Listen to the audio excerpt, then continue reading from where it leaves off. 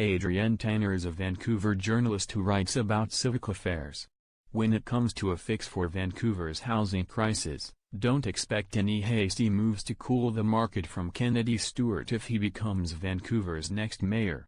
He would move fast to build social and affordable rental housing while willing partners, the provincial NDP and federal Liberals, are in power.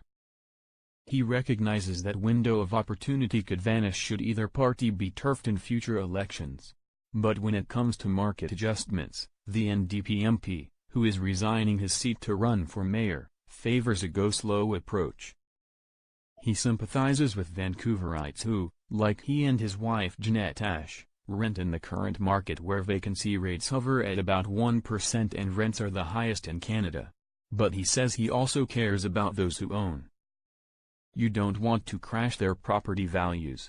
A sudden drop would be catastrophic, especially for anyone who took on a huge mortgage during the past 5 years when prices shot sky high. Mr. Stewart knows how bad it can get. When he was a kid in Nova Scotia in the late 1970s, unemployment struck his family and they lost everything. We went from being middle class to absolutely dirt poor. His grandmother gave him $100 and he bought a one-way bus ticket to the West Coast where he worked for the city. Student loans and grants helped him through university. He earned a Ph.D., became a political science professor at Simon Fraser University, and more recently a member of parliament. I'm never going to say I'm a self-made man. A lot of public programs helped me. Those experiences shaped his values and aligned him with the NDP. He entered politics to fight for the chances I had. He won 2 federal elections in neighboring Burnaby, BC, but this time, Mr. Stewart enters a race where at least 2 competitors share similar values and will be wooing the same voters. Shauna Sylvester, also running as an independent, and Vision Vancouver's Ian Campbell, are center-left candidates. Mr. Stewart says his political experience and lifelong obsession with cities will set him apart from the crowd. His master's dissertation analyzed Vancouver civic voting patterns back to 1886, and made him a proselytizer for proportional representation or, failing that, a ward system. Expect an electoral reform component in his platform when details are released in September. An experienced grassroots fundraiser, Mr. Stewart raised more money in the last federal election than any of his NDP colleagues.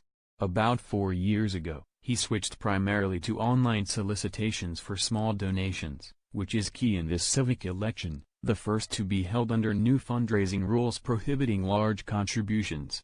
Still, without a civic party to back him, fundraising may prove more difficult. Recent polls, which show Mr. Stewart having a slight edge over other candidates on the left and right, suggest his name recognition is already higher than most, another huge challenge for independent candidates. He most recently made headlines when he was arrested earlier this summer at a demonstration against the Kinder Morgan pipeline, along with National Green Party leader Elizabeth May.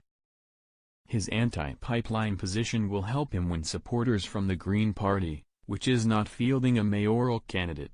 It also will help him with those NDP voters who agree with the party's anti-pipeline stance. But is Vancouver really an NDP town? The folks at Vision Vancouver believe the city's voters are more in line with federal Liberals, which certainly played out in the last federal election. Still, Mr. Stewart points out 88,000 Vancouverites voted NDP federally last time. If he can convince them he's the best of the left and coax them to the polls, given a similar number of candidates stand to split the center-right vote, he reckons he can win. Mr. Stewart is a smart policy wonk with a colloquial speaking style that will serve him well in debates.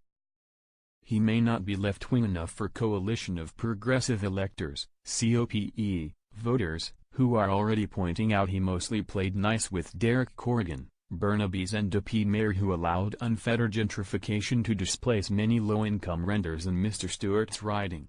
But he's an able politician and my bet is this race is between him and the non-partisan association's Ken Sim.